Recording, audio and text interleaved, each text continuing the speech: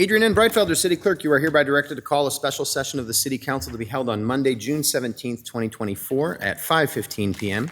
in the Historic Federal Building for the purpose of conducting a work session on equitable poverty prevention metrics. Thank you. Good evening and welcome to a special session of the Dubuque City Council for June 17th, 2024. As a reminder to viewers and listeners, due to the nature of tonight's meeting topic, public input is not accepted. However, you may contact the City Council directly from the city's webpage at www.cityofdubuque.org/council contacts. Attendance for the session is as follows. Mayor Kavanaugh. Here. Council members Farber. Here. Jones. Here. Resnick. Here. Roussel. Here. Sprank. Here. Wethel. Here. City Manager Van Milligan. Here. And City Attorney Brumwell. Here. Thank you. Our work session topic is Equitable Poverty Prevention Metrics Update. I will turn it over to Office of Shared Prosperity and Neighborhood Support Director Anderson Sanchi. Good afternoon, everyone. First of all, let me say thank you, Mayor and City Council, as always, for your leadership and guidance, and of course, City Manager Mike Van Milligan and Corey for all that you do for the City of Dubuque. Today, we'll have an opportunity to give you an update on the Poverty Prevention Plan. I just want to share, just kind of set the tone that throughout the presentation, it's going to be very data heavy. And as you remember, during our budget presentation, we couldn't share a lot of data with you. Today, we'll be providing a variety of data from the most updated census. And throughout the presentation, Braden is going to do a great job of giving you the facts, what the data is telling us, but also some key takeaways. Mayor, you always say, well, what do you want us to do with the data? Well, we're going to give you some key takeaways as you're going through the goal setting process is to consider how can the data that is provided to you be useful. And we want you to take notes down. And we also want you to let us know what data is missing that you think is very important for you. Again, as you're going through goal setting, having data in front of you so you can make informed decisions. Today, we're going to talk about the background of why our department got created, give you some updates based on the most updated census of where we're at with all of our poverty prevention plan data. And then we have some amazing partners here today from Greater Dubuque Development Corporation, our housing department, and transportation that's going to combine the data and some real stories. We know those real stories are also important to understand how people and community members are being impacted by our collective work.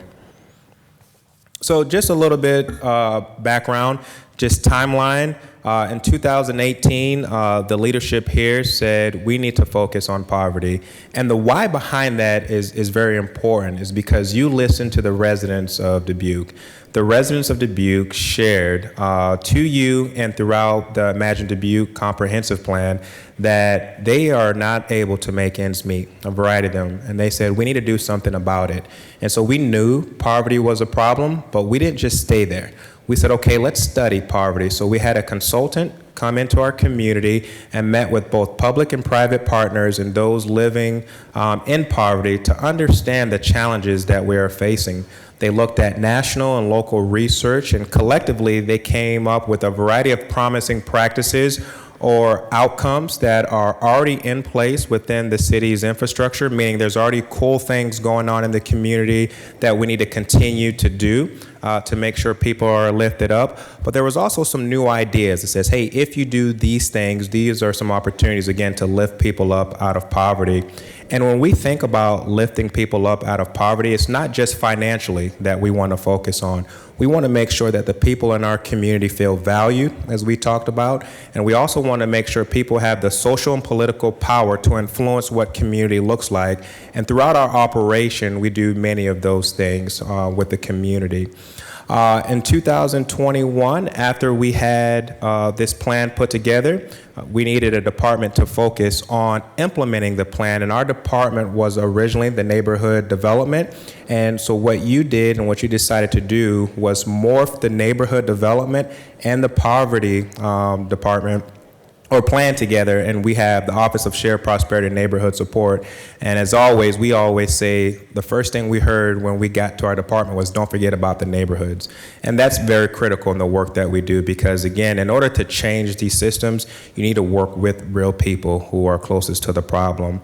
What's also important about our department is not only did you listen to the residents of Dubuque, but also our business community listened as well. And our partners from Greater Dubuque Development Corporation aligned with the city because we recognize if we're going to be a destination of choice for every single resident, we have to make sure people can come here, live here, and thrive here.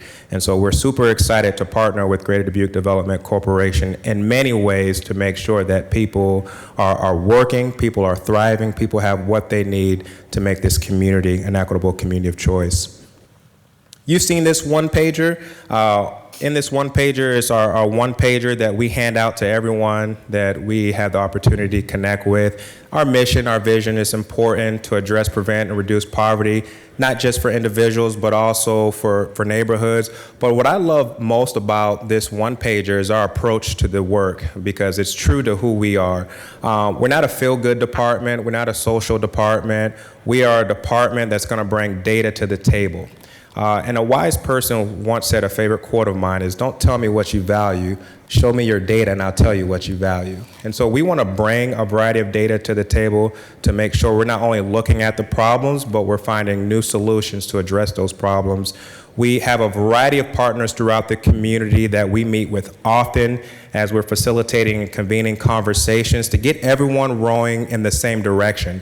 And that was something in our plan that was called out, that we needed to have a collective impact model where everyone is rowing in the same direction. Everyone knew what data that we needed to focus on, and everyone was locked arms to solve these problems.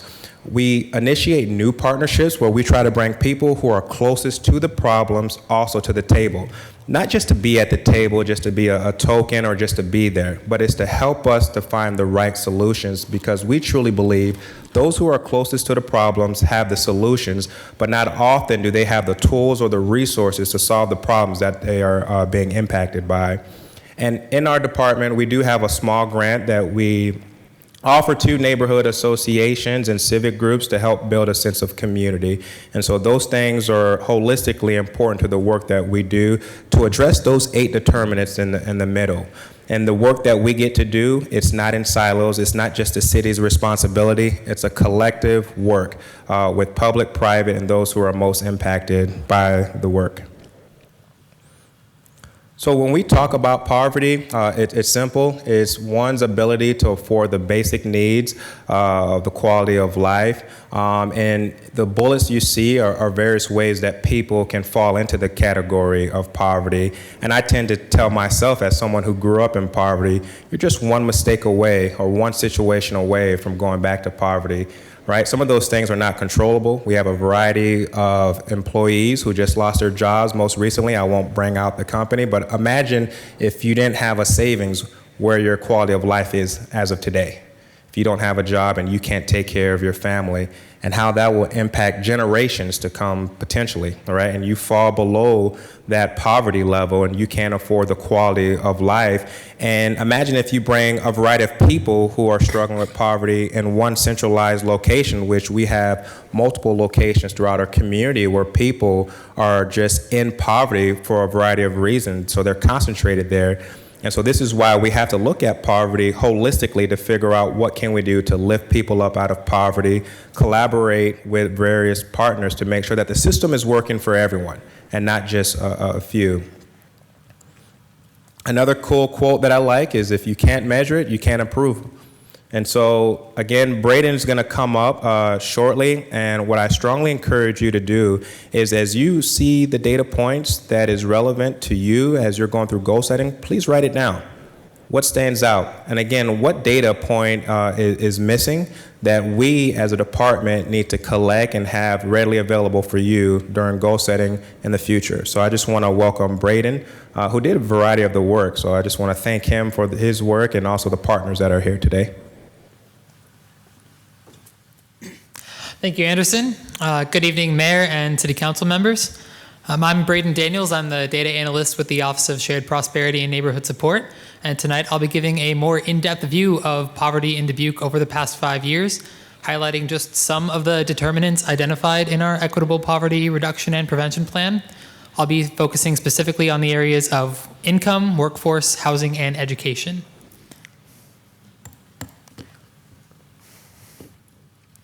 So before looking at poverty directly, I wanted to look at some population demographics and some trends with that, since population growth is a priority of the city and is community, and it's essential for the prosperity of the entire community.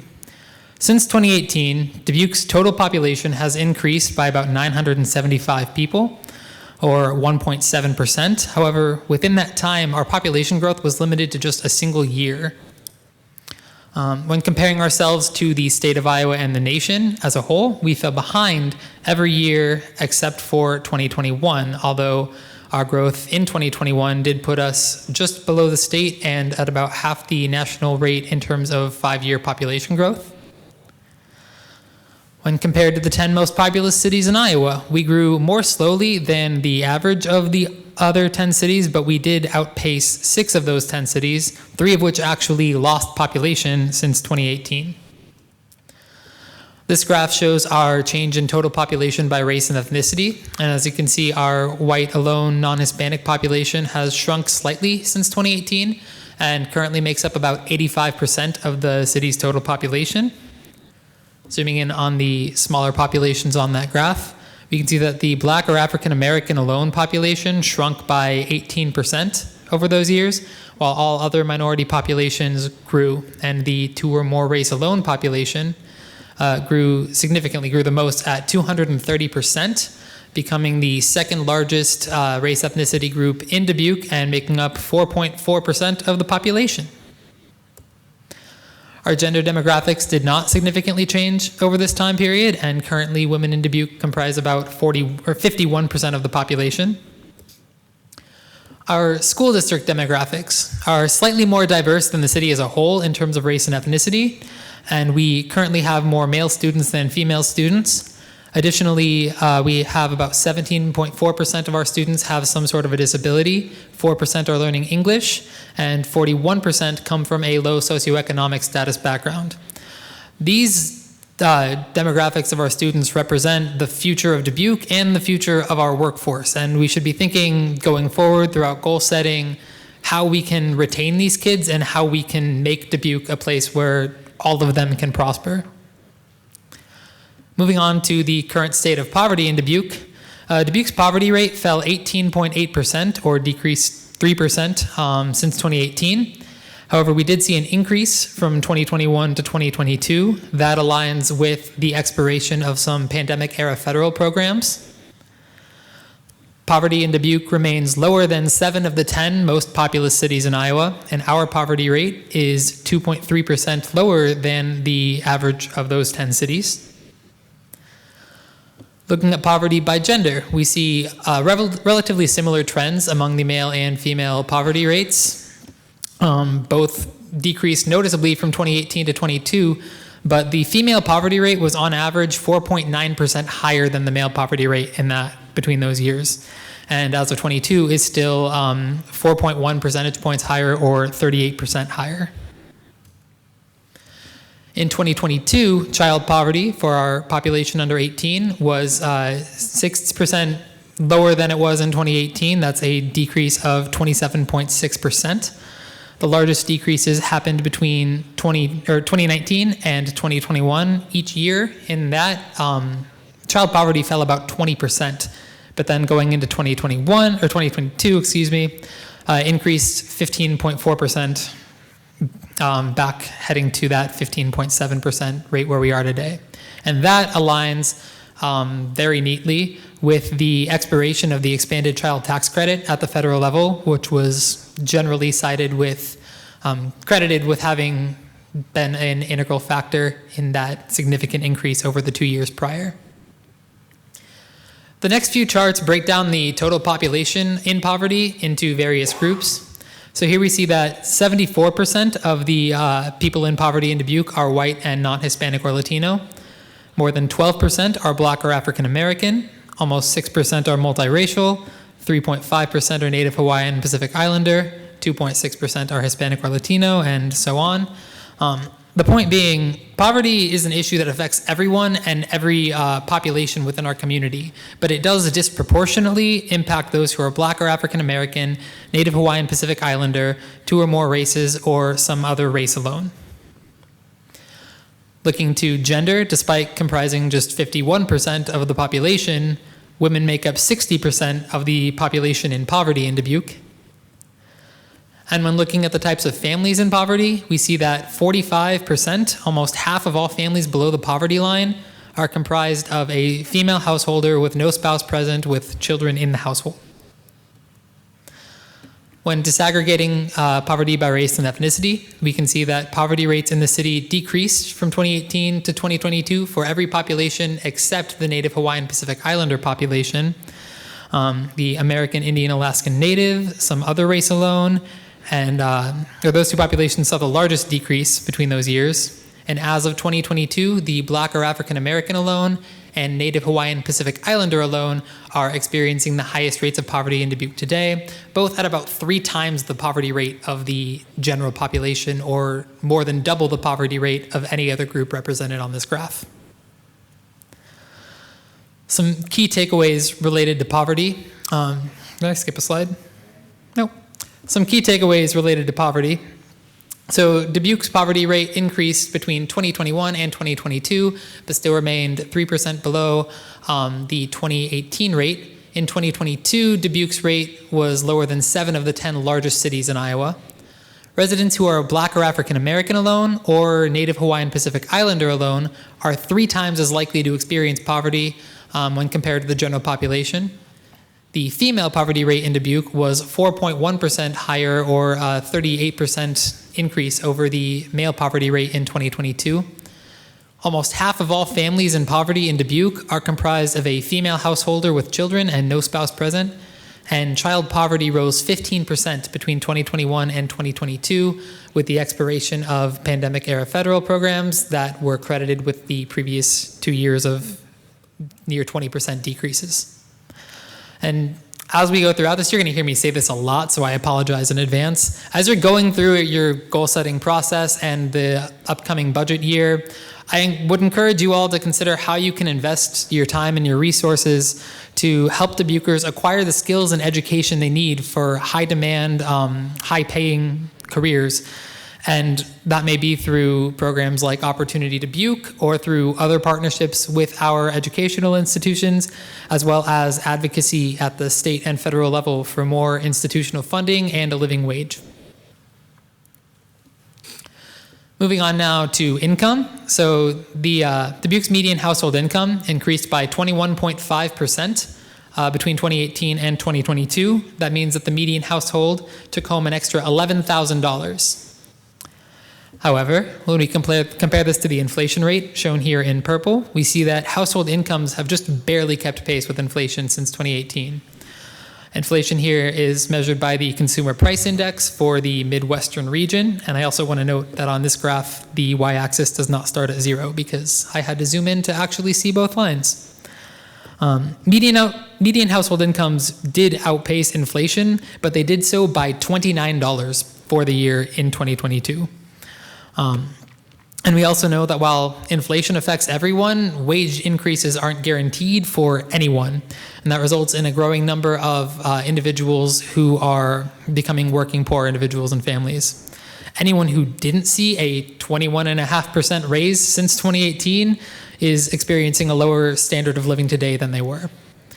We also don't have household income data yet for 2023, but we do know that inflation slowed from being 8.6% between 2021 and 2022 to just 2.9% in 2023.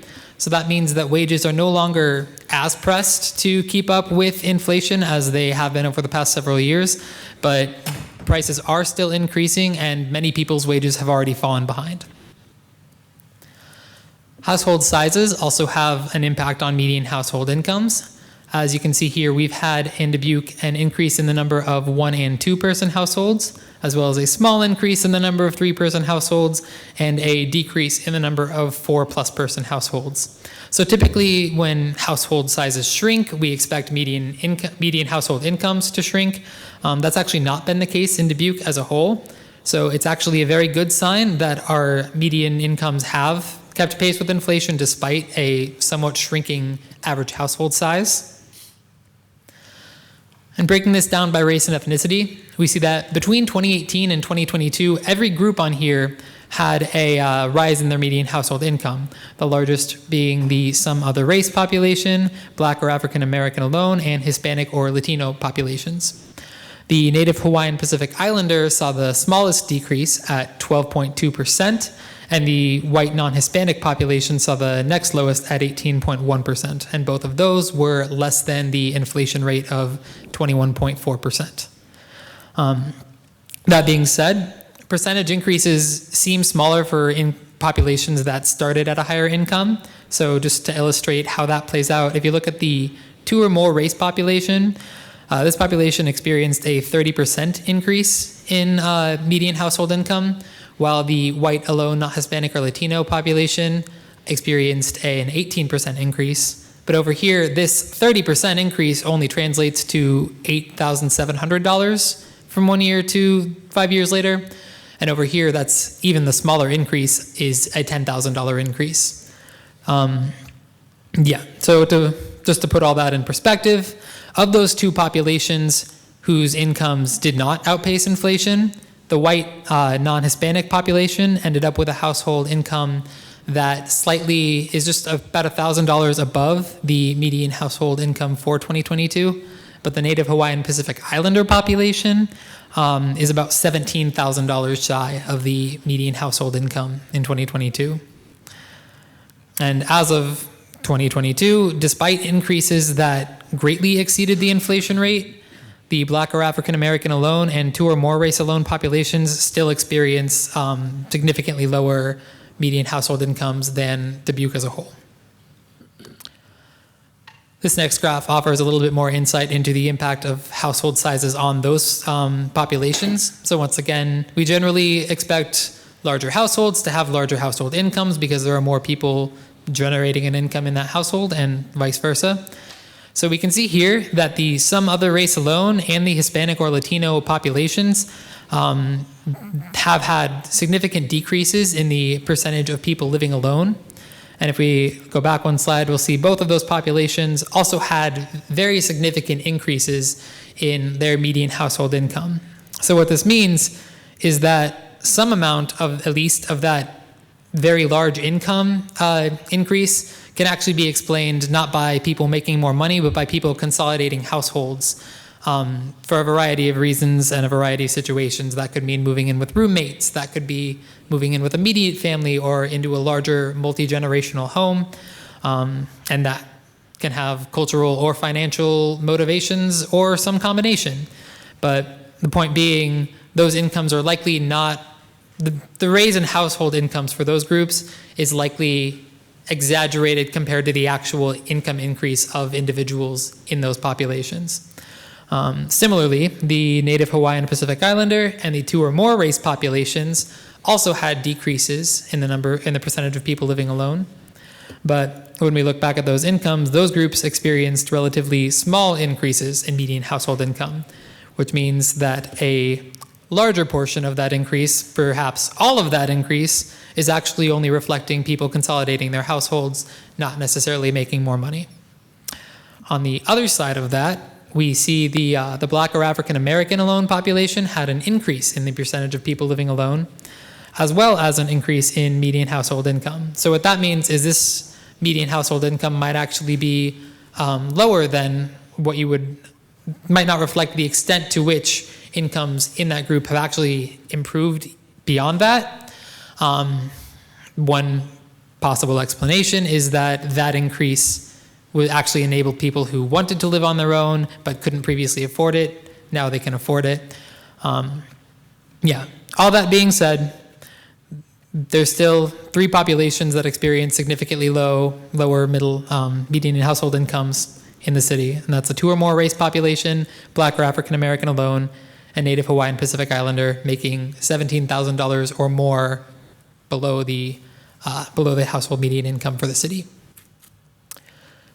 Turning to median earnings by gender, so this is no longer household income. We see significant differences in male and female incomes. As of 2022, women in the city of Dubuque made $15,000 less per year than men, or about 66% of what men made. And that's only improved slightly since 2018, when women made 62% of what men made.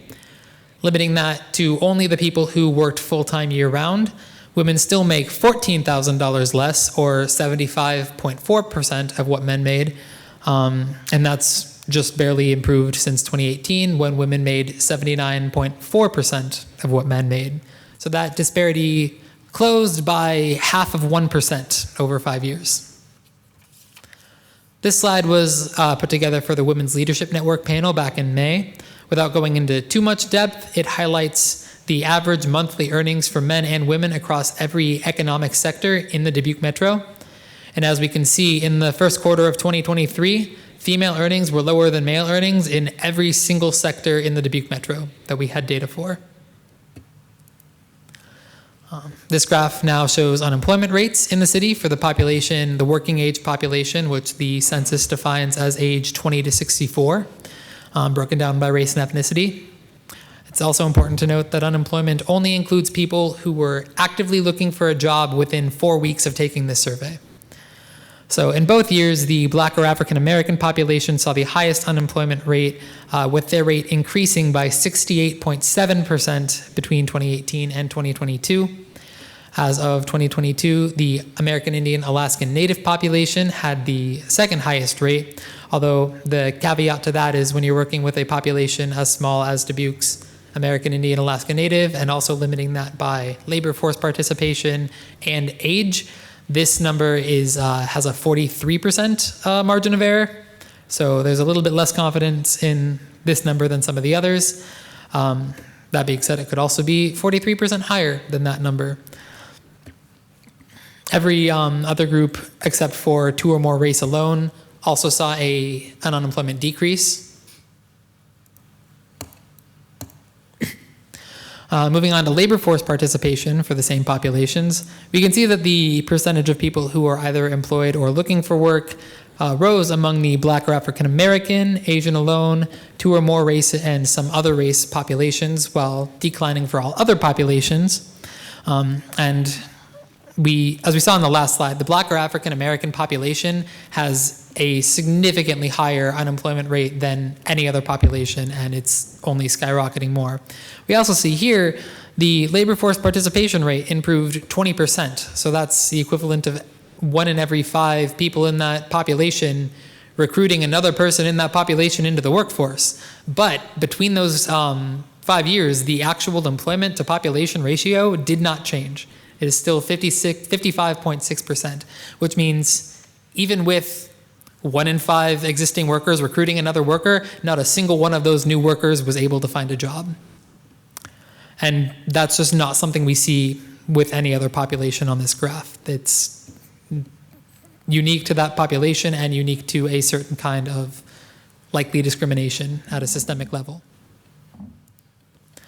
Over the same period, unemployment rose for both male and female residents, although in both years men experienced higher rates of unemployment than women. And between 2018 and 2022, labor force participation decreased among men while increasing among women. So as of 2022, female residents made up a majority of the city's labor force. Despite more than some key takeaways from income and workforce, despite more than a 20% increase in median household income since 2018, those incomes have barely outpaced inflation. Median household incomes remain the lowest among households with a Native Hawaiian Pacific Islander, Black or African American, or multiracial householder. The female median income in the city is 66% of the male median income, and when only looking at people who worked full-time year-round, women still only make 75% of what men do. And women make less on average than men across every economic sector within the Dubuque Metro. Lastly, unemployment is significantly higher among the Black or African American alone population than any other group, and increased by 68.7% over the last 5 years. So I'll say it again, as you go through the goal setting process, I would encourage you to continue to consider how you can partner with organizations like the Greater Dubuque Development Corporation. In addition to having conversations with people who are closest to these problems and who know what the solutions are, so you can find solutions that work and create a robust local economy that works for everyone and makes people want to stay and move to Dubuque. Moving on to the area of housing, this graph shows our total housing stock and the number of occupied and vacant units. All three numbers have gone up over 5 years, but you'll notice the number of vacant units has gone up more slowly than the rest. Looking at housing occupancy and vacancy rates, as well as home ownership rates, you'll see that our vacancy rate in 2022 hit a 5-year low, which means that while we're making the most of our housing stock, we also have very limited room to move and grow in our community. The lack of available housing reduces options for people who are moving either within the community or moving here, and that lack of housing supply also drives up house prices and rents, shifting the entire housing market in a direction that favors landlords and current property owners over renters and prospective first-time home buyers.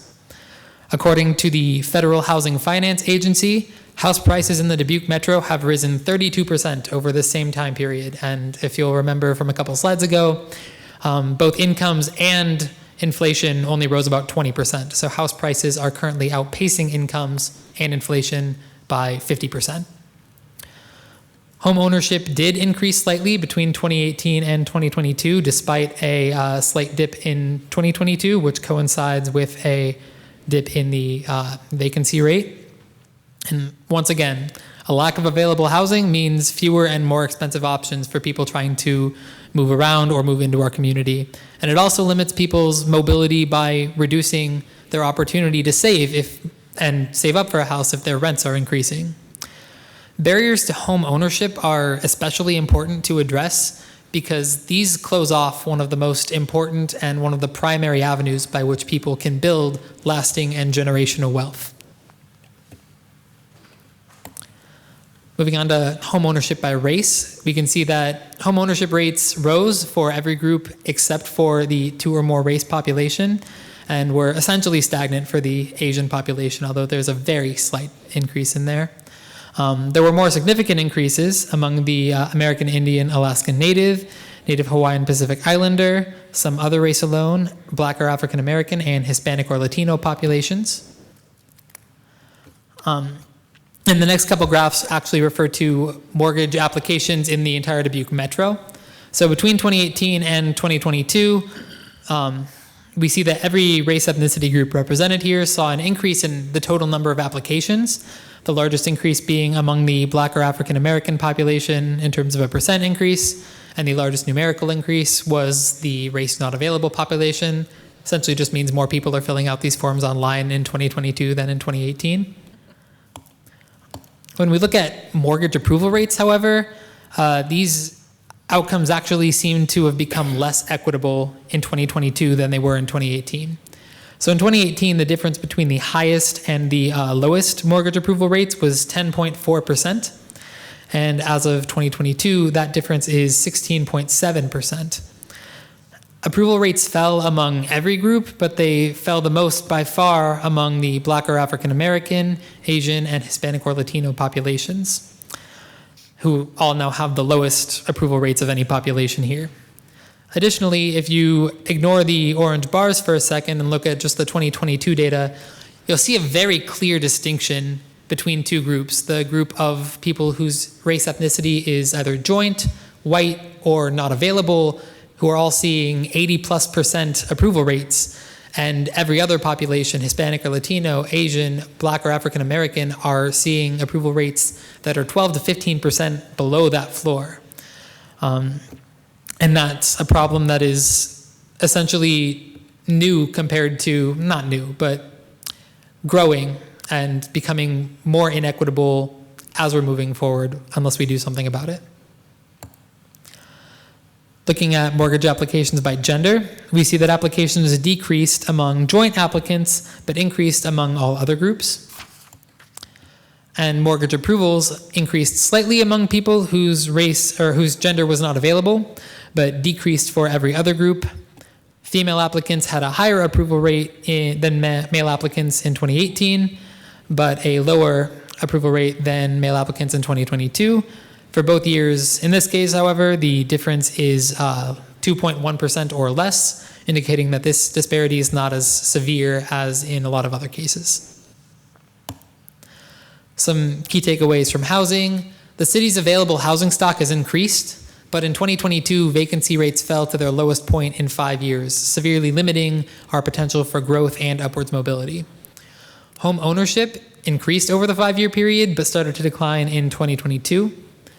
Between 2018 and 2022, all race ethnicity groups, except for 2 or more races, saw an increase in home ownership. House prices increased 32% between 2018 and 2022, while household incomes only rose by 21.5%. Approval rates fell the most among Black or African American, Asian, and Hispanic or Latino populations, who now see the lowest mortgage approval rates respectively. And approval rates also declined more among male and female applicants than for joint applicants. And once again, I hope you're not getting sick of me, but when you're going through your goal setting process, I encourage you to consider how you're investing your time and your resources in programs and policies that can increase the number of available, affordable, and livable housing opportunities for renters as well as homeowners, and also how those policies and programs can start to address the growing inequality we're seeing in the mortgage approval process. Finally, we'll look at some education statistics. Within the city, high school graduation rates for residents 18 to 24 rose for every group from 2018 to 2022, except for the Hispanic or Latino and some other race alone population. Those populations also now see the lowest graduation rates of any group.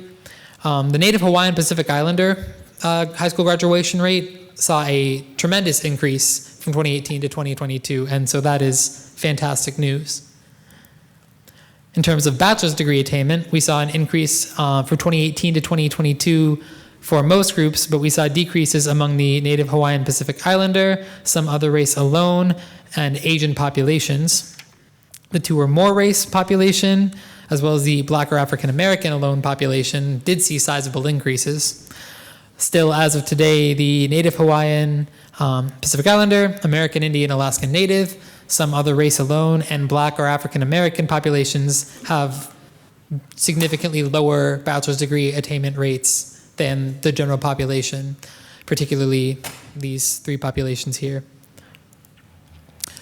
Looking at high school graduation rates by gender, we see that graduation rates increased slightly between 2018 and 2022 for both men and women, and in each year, women saw slightly higher graduation rates than men. Looking to bachelor's degree attainment, we see the same trend of graduation rates increasing for both populations, although in this case, the difference between female and male attainment rates is greater than it was for high school, and that gap is widening slightly as of 2022. Some key takeaways in the area of education. High school graduation rates increased among most race and ethnicity groups, and significantly among Native Hawaiian Pacific Islander residents. However, the some other race alone, Hispanic or Latino populations saw decreases and continue to have the lowest graduation rates, as well as American Indian, Alaskan Native. Bachelor's degree attainment is lowest among the Native Hawaiian Pacific Islander, American Indian, Alaskan Native, some other race alone, and Black or African American alone populations, although the Black or African American and 2 or more race populations did see sizable increases from 2018 to 2022. High school diploma and bachelor's degree attainment rates rose for both men and women by 2022, and women saw slightly higher attainment rates than men in both areas, but the difference was greater for bachelor's degree attainment. So I promise this is the very last time I will say it, but throughout your goal setting process and your budget and the rest of the year, consider how partnerships can be enhanced or new ones established to foster cooperation between the city and our educational institutions, as well as what we can do to invest in and encourage the next generation to live, work, and play in Dubuque. All of the data here came from these 5 sources, and all of these statistics refer to the city of Dubuque, unless otherwise specified. So the data on male and female earnings by sector, mortgage applications and approvals, and house prices all refer to the metro or the county. They're the same as far as the census is concerned. And the consumer price index is broken down regionally, so the inflation rates we saw were for the Midwest specifically. Taking on this problem of poverty and achieving shared prosperity requires the entire community's support and involvement. So you'll now hear from 3 leaders who are working in the community to address poverty and inequity in the areas of workforce development, housing, and transportation. Rick Dickinson, President and CEO of the Greater Dubuque Development Corporation, Alexis Steger, Director of the city's Housing and Community Development Department, and Ryan Nucky, Head of the city's Transportation Services Department. So I would like to thank you all again, Mayor and City Council members, and now welcome up Rick Dickinson.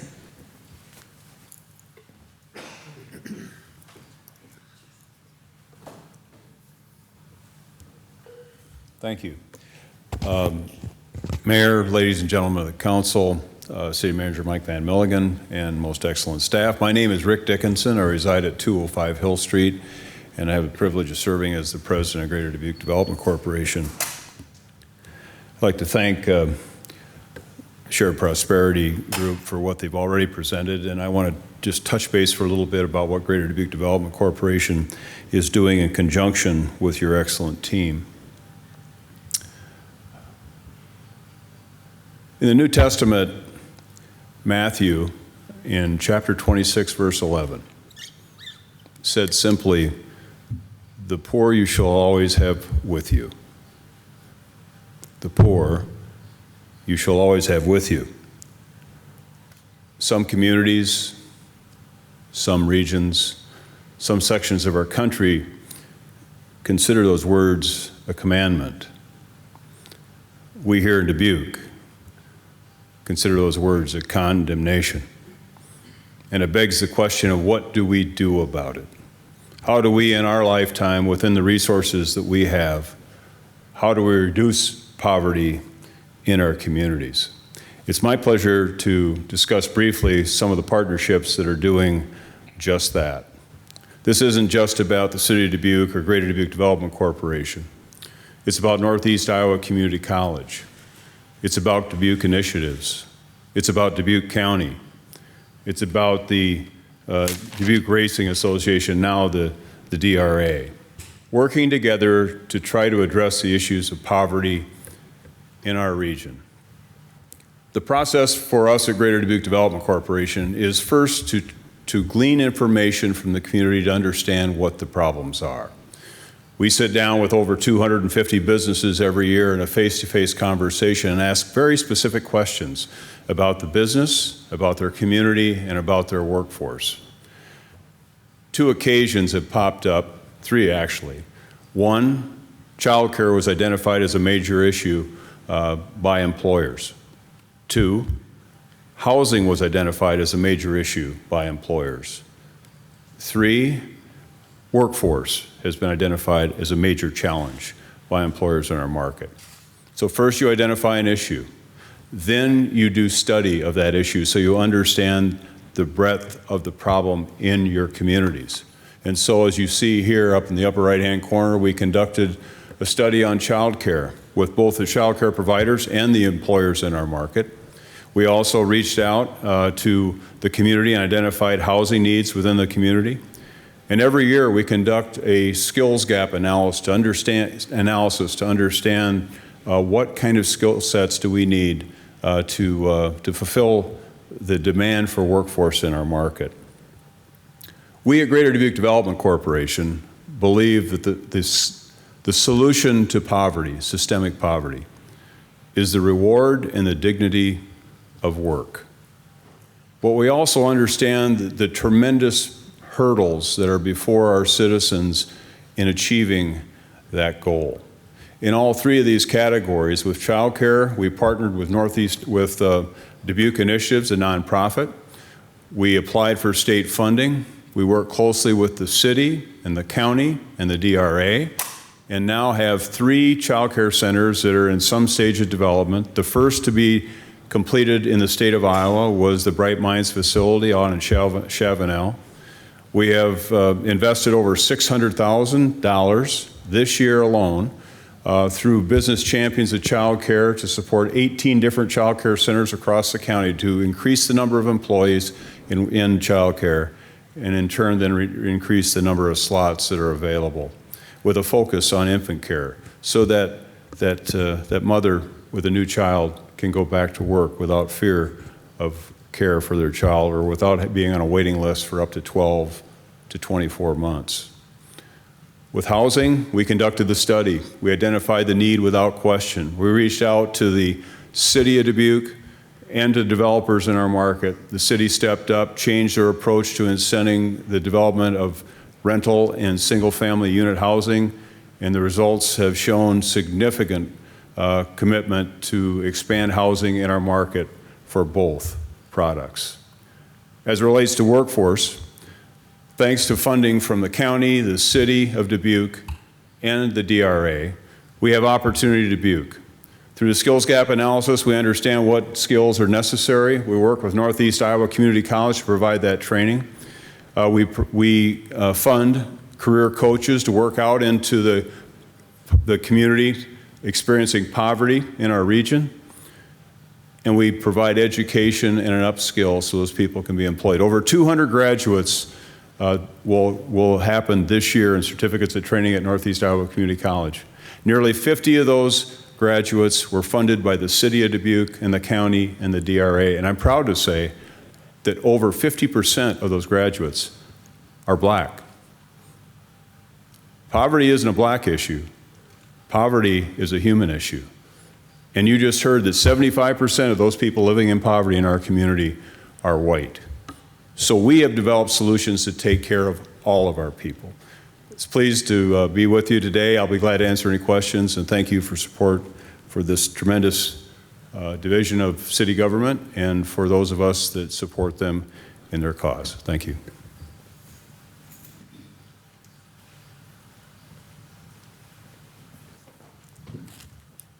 Good evening, Mayor, City Council. Alexis Steger, Housing and Community Development Director.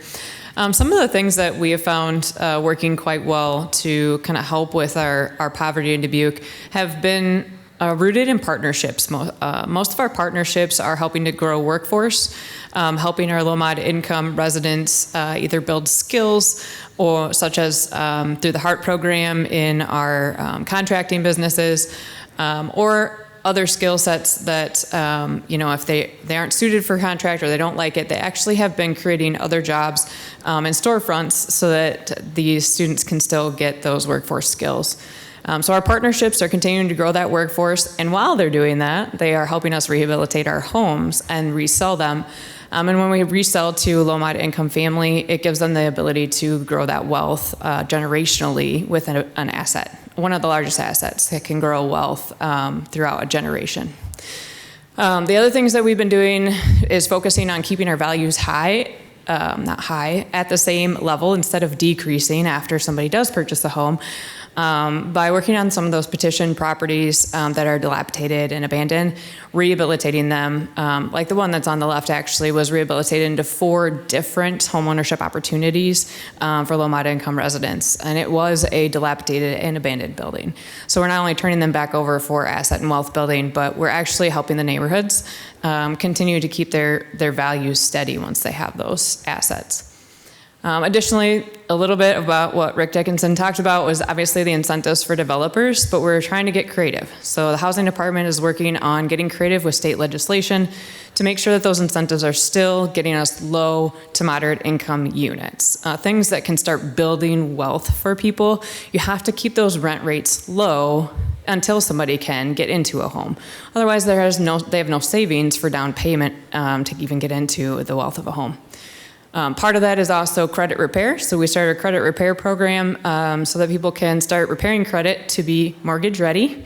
And then we do assist with down payments as well. One of the things that Anderson actually helped us with this last year was really getting into talking to some of our banks within our local banks. To kind of create awareness on what are our programs that we offer and what can we team our programs with programs they have to really make a big package for people to get into homes all throughout the community. Not just specific areas, but where do you want to live? Let's find a way to get you into that home in that area.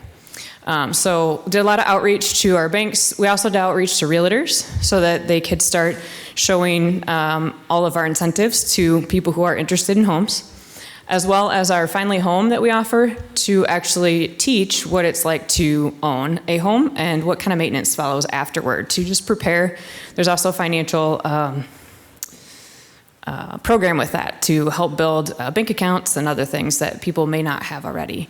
A lot of people in poverty actually don't have a bank account and they have no need for one. And now we see a lot of workforce requiring that you do just to have your check deposited every single week. So just creating things like that for people who are starting to make their way into building wealth. And then we're also working outside of the housing, more on the community development side, on food insecurity. So we had that USDA grant that is starting to evaluate options in food deserts. We had fellowships start to create capacity in smaller city girl farming, convivium, some of those smaller ones providing free food, but also food opportunities and job opportunities for those that are low mod income to start providing fresh food as well as just food in those food deserts. A lot of times, if you can get the stable meals for you're more willing and more able and healthy to get back into that workforce or to get your kids to school on time and do the things that can really help move you out of poverty.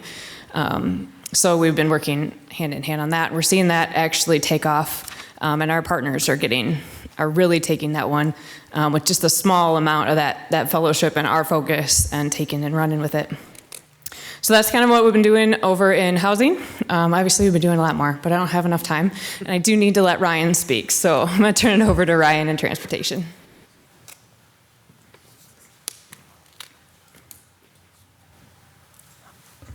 Ryan Nucky, Director of Transportation Services. Good evening, City Council, Mr. Mayor, City Manager Van Milligan. Transportation's had a lot of fun with this. I came to the city about 3 years ago now. First thing we looked at is how do we get students to school is number one. So we worked with school systems, figured out how our routes needed to work. We were able to get paras on the buses to help with the younger children. Mr. Sprank, during budget season, you did ride our green route and you saw the excitement on those buses. So we are filling our buses with students now. Since we've started working on this, we've actually increased 3 times as many students as we had on before. Our buses are full, which is great, but we need to figure out how to get more capacity now because that is our push, is how to get that done. The city manager reached out to me one day and says, hey, college students, how do we get them on the bus for free? We ran some numbers. I texted him back 15 minutes later, said, it's done, we can do it. We'll be able to cover the costs that we're gonna lose as far as ridership, and we move forward with free college students on the bus. So we're looking at students first. The second thing, we had Rick Dickinson reached out and says, hey, how do we do employment? So we reached out to some of the bigger businesses in town and in the different areas of town and said, hey, we're gonna build a morning route to get to people to employment by 6 a.m. Rick's team was fantastic to work with as far as working with different HR support from some of the businesses, and now we're running our commuter route that has been running since January 23. That route is doing exactly what we wanted it to do. It's getting people to work, and we're seeing turnover on it, as in people are getting on our bus, utilizing our service for 2 or 3 months, and then they're either finding an alternate source or they're purchasing a car to get to work. Sometimes our drivers are kind of baffled by it, but they're like, hey, we haven't seen you in 2 or 3 weeks. They're like, oh, I got a car, I drive to work, but I figured today I'd just bring the bus. So it's a positive approach, it's working, it's doing what we want. But moving forward is what do we need to do next? Rick said it best, we have to do a study. We need to figure out where our gap is. We've increased over the past 3 years about 20,000 riders each year, but we need to keep that going up in the positive direction. So our department applied for a Areas of Persistent Poverty grant. A very low chance we were gonna get it, but we did. We were able to secure it, and we're very excited about this grant. This grant's gonna allow us to bring a consultant into town, and we're gonna be looking at our more low-income neighborhoods, like Alexis said, food deserts. We're gonna look at hours of service, our technology, and what we run down at the Jewel. This is gonna give us a very big picture of what we need to do.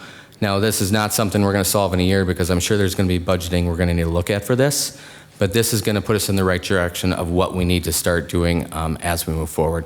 We are in a very hybrid workforce right now where people are only working 2-3 days out of the week in the office, so that does take a toll on ridership.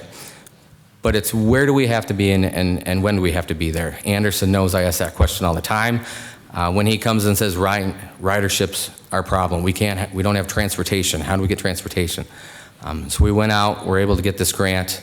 The FTA is in the process of releasing it to us. Once it's released to us, we'll be bringing an RFP to City Council for approval, and then we'll be going out to bring in a consultant to help us do a study.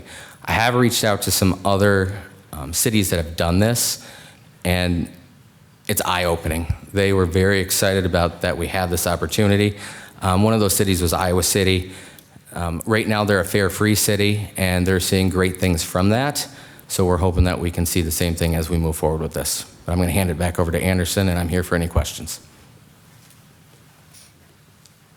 All right. So once again, we just want to thank you for listening to us. And I want to bring you back to our one-pager, the approach to the work. And throughout each one of our conversations, you clearly can see how it's ingrained, even in partnership.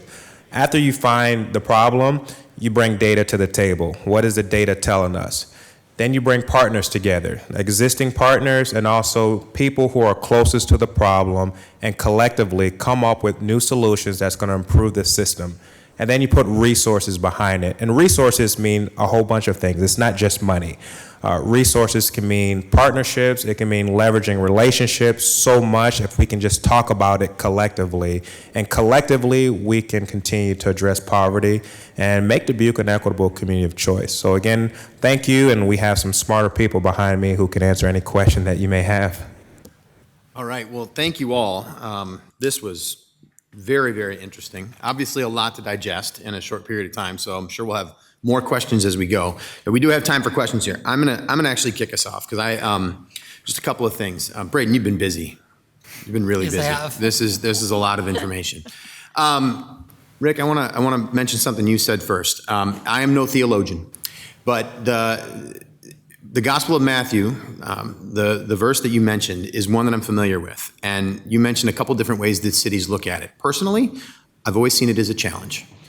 This idea that we just live with poverty and it's just a natural state of being has never felt natural to me. And I appreciate the fact that we live in a community that we're actually pushing the envelope to try and figure out how can we deal with this. So a couple of quick things that I noticed right off the bat that were positives that I think are interesting. And you mentioned one and not so much the other, but the poverty by city, slide number 16. When we started this whole thing, I remember it was right when I was first on city council, so a number of us here were kind of in the same boat. 16% was our poverty rate that we were trying to fight our way down from.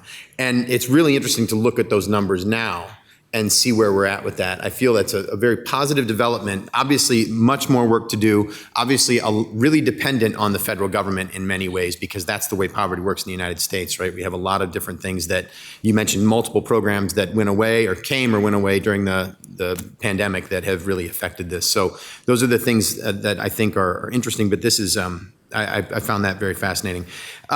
Slides 14 and 19 together were interesting to me because it talked about it was the makeup of our student demographics. And one of the things I noticed is that those demographics were very close to the demographics that you showed us in slide 19, which is the population of poverty by race and ethnicity.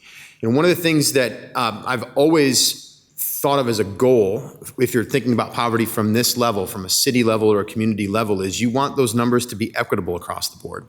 If you've got 75% of your population is white, then that number should be fairly in line with what the poverty rate is for that particular, if the number of people in poverty is what I'm saying, should be fairly matched with those, rather than these outlandish numbers that are, you've got a 4% population who is black and 50% of that population is in poverty. See what I'm saying? So I think that those gaps closing is actually a positive development.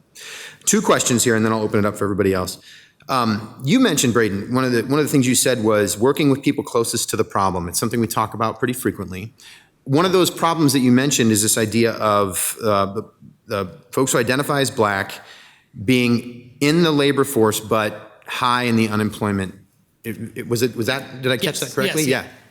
So high in unemployment, but also high labor participation. Highest labor participation, yeah. Yeah. So who is working on that problem specifically in the Dubuque community? I mean, we're all kind of piecing it together, but is there a group that is specifically pointed towards that particular problem? Because that one really jumped out at me as, I don't know if there's a specific group solely focused on this. I know we've done some, as Rick mentioned, a lot of 50% of graduates of your program were Black, and we're working on whatever skills they needed to get those jobs, to get employers to hire people.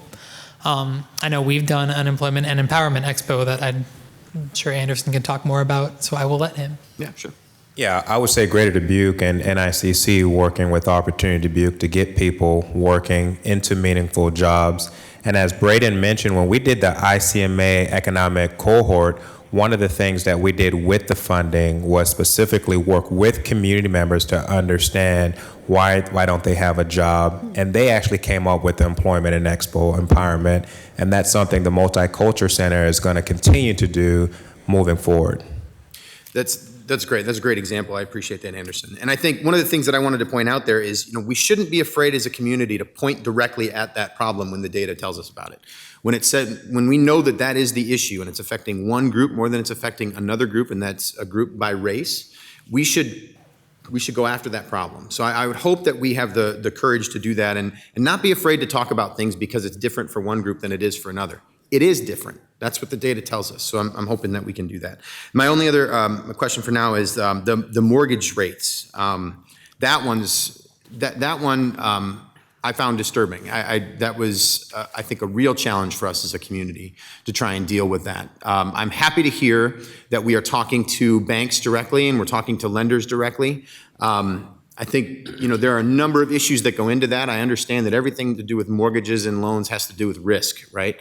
But we need to think about this one very carefully as a community, because I think that this really jumped out as something that is very different for certain groups based on race than it is for other groups. So I appreciate that you showed us that so starkly. Yeah, and this is one area where we can actually dive more into the data, and in the future, if we need to, we have a very good data source, not just summary census statistics. The Home Mortgage Disclosure Act requires this reporting from financial institutions, so we have a good amount of data that we can dig into without getting into specific personally identifiable information. We can still get a lot of good information out of that. Yeah, thank you for that.